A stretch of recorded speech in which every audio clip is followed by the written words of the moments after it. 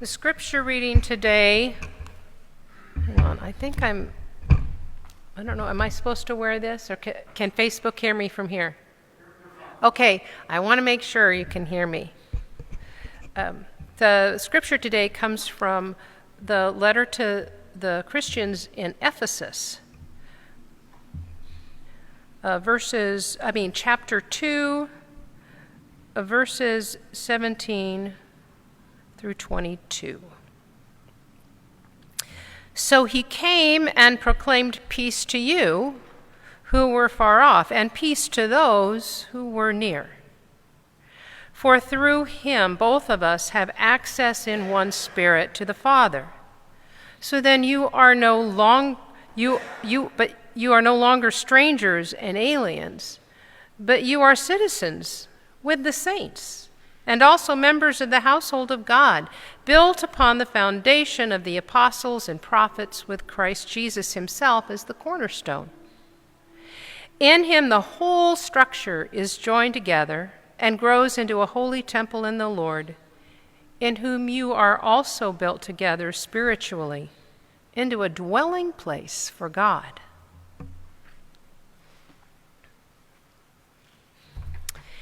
Harrison is my 6-year-old friend in Illinois. I was introduced to him by my best friend Arlene, who died last Thanksgiving. Harrison's grandma Vicki, also introduced to me by Arlene, friends beget friends, tells me stories of Harrison, and I delight in stories of Harrison. And here's one of them. Recently, Harrison was standing in front of a picture at his grandma's house. It was a picture of his grandma and Arlene. And he stood there for several minutes just gazing at the picture before he said to Vicki, "I wish Arlene didn't die. I know people get old and sick and that people die, but I wish she didn't die." Then he switched gears as only a 6-year-old can when an idea comes into their mind. "I'm going to invent a time machine so I can go back in time and meet Arlene when she was 6. I know I wasn't born yet, but I could go back and meet her." And I'm telling you, this is how expressive this child is. Harrison later told me as I talked to him about his time machine, "I'm a scientist," he said, "and I'm going to invent a time machine and see Arlene. And I'm going to go back to when the dinosaurs were here." Well, I don't know about going all the way back to when the dinosaurs were here, but wouldn't a time machine be kind of nice to see some of the people we miss, for whom we long, with whom we may have unfinished business? Vicki reflected on the possibility of seeing Arlene at the age of 6, before she'd been sexually abused by a family friend, which she was very open about because she wanted children protected, before her brother was killed by a lightning strike, before her dad left the family. What was she like at 6? Arlene is one of the saints, one of the unsung saints, along with countless others who, with all their foibles and frailties, their tragedies and their triumphs, are in the heart of God, seeing what we only see in a mirror dimly, as Paul put it. We do have a time machine of sorts, I think, as people of faith. This time of year is by the Celtic community is called Samhain, a time when people believed, still do, that the space between heaven and earth is thin. There's a Celtic saying, "Heaven and earth are only 3 feet apart, but in thin places the distance is even shorter." We experience thin places in locations of wonder and beauty, moments of joy and gratitude.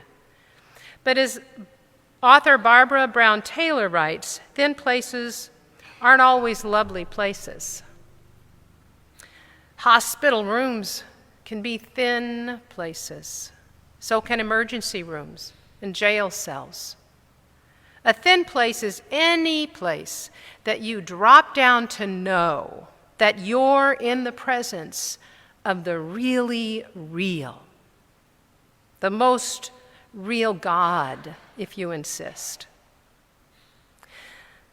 I have experienced those thin places in hospital rooms, in the homes of grieving people, in conversations of frustration and even anger and uncertainty, places that are uncomfortable, that call forth from us gifts perhaps we don't even know we have in the moment. Those spaces are also thin spaces that hold the presence of the really real. We're just not often aware of it because we get distracted by what makes us uncomfortable. I was not comfortable going to Eureka, Illinois last October. I did not want to go to share with other people I don't really know very well except for Vicki the grief for my dear, dear friend. I went anyway for Arlene's memorial service. In the space of that sanctuary of Eureka Christian Church, which was founded in 1832, and this is their second sanctuary, you know, we've been alive, this congregation's been around less than that, and this is our fourth. I walked into that sanctuary of Eureka Christian Church, soaked in almost a century of prayer, song, and silence, communion and community. And I knew I was held, that we were all held in the presence of the really real, the sacred. And it wasn't just the physical space. It was a spiritual space created by people I don't really know in those moments who generously gave me their attention. I mean, they didn't know me except I'm Arlene's California friend. They gave me their attention as I remembered my friend with them. And I sang the song she asked me to. It was a thin place. Linear time was suspended, and we entered into this fullness of time. Sometimes we call it kairos, the time that is the now, the before, the after, all wound up together in a beautiful tapestry. It's the ineffable way in which we build the household of God and become, as the writer puts it, the temple of God. It distresses me when I hear people confess they don't want to enter the physical household of God after the death of someone dear to them. I come to church and all I do is cry, they say, so I don't come to church.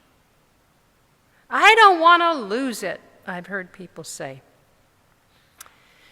Is the space and the people in it so restrictive, I wonder, that people feel shame to express any emotion of grief? Or are they afraid people are going to swoop in and smother them in some way? Or are they so conditioned by society to keep their tears to themselves? And what does that mean anyway, to lose it? Lose what? Control? As if ultimately we have a whole lot of that. We have some, but not as much as we like to think we do. Grief has never been private. It has always been communal.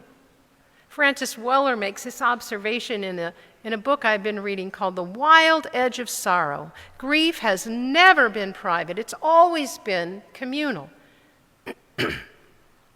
He cites a psychotherapist named Miriam Greenspan, uses this term, intervulnerability, to describe the need for this mutually held space. She writes, when I say we are intervulnerable, I mean we suffer together, whether consciously or unconsciously, Albert Einstein called the idea of a separate self an optical delusion of consciousness. And Dr. King said that we are all connected in an inescapable web of mutuality. Greenspan continues, in our intervulnerability is our salvation. That's quite a claim. Because of the mutuality of suffering impels us to search for ways to heal the whole rather than encase ourselves in a bubble of denial and impossible individualism. At this point in history, it seems that we will either destroy ourselves or find a way to build a sustainable life together. She wrote that in 2007, not yesterday. She could have written it yesterday, but she wrote it over 10 years ago. The time machine we have access to is that of Kairos, a turning point, an opportunity, a suspension of linear time into which eternity creeps, sometimes as a whisper and sometimes with this expansive horizon. It is elusive, but it's not illusory. Kairos is the material for building the household of God with the saints. Every religious culture has some ritual, some practice that holds dear the ancestors. For Christians, as for some other traditions, our ancestors are not limited to kinship bonds. These three, Ellen and Frank and Lois, are among our ancestors because we're related to them as members of the household of God. We build the household of God with the saints every time we gather together, open ourselves to the Spirit, allow ourselves to be vulnerable to that same Spirit and to each other. Ritual, like worship, reflects the shared values and mythos of a community. The mythos of this community, everyone's welcome at the table, hospitality. And that shapes us. Ritual shapes our values and story, so it's wise to be full of care as we craft and as we participate in ritual, to do so attentively, consciously. Each year, on this Sunday after All Saints, we ritualize memory, the memory of people we hold dear to us, people who lent us their light and whose light still illumines our lives. We light these candles. We allow ourselves in this sacred space that we create. We allow ourselves to grieve, to hope, to remember, even when it makes us uncomfortable. And we give thanks.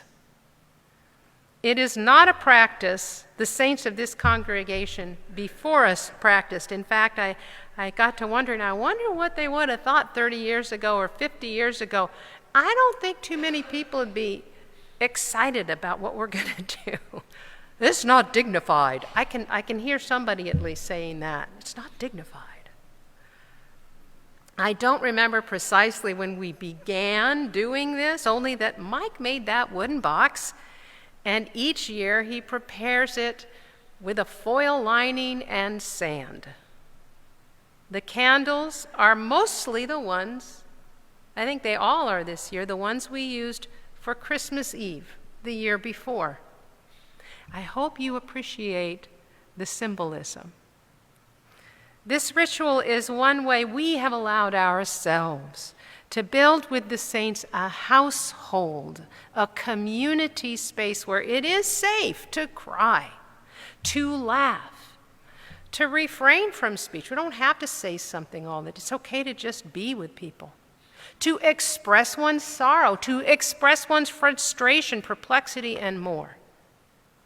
There's so much more that could be said about the importance and power of ritual, but this one bit I would offer, which Francis Weller affirms that rituals are intended to take us into those places where we can engage with the difficulties in our lives in ways that are potentially transformative, because ritual enables us to become transparent to the transcendent, and I would add, and also to the immanence of God, because God's right here, right in you, as close as your breath.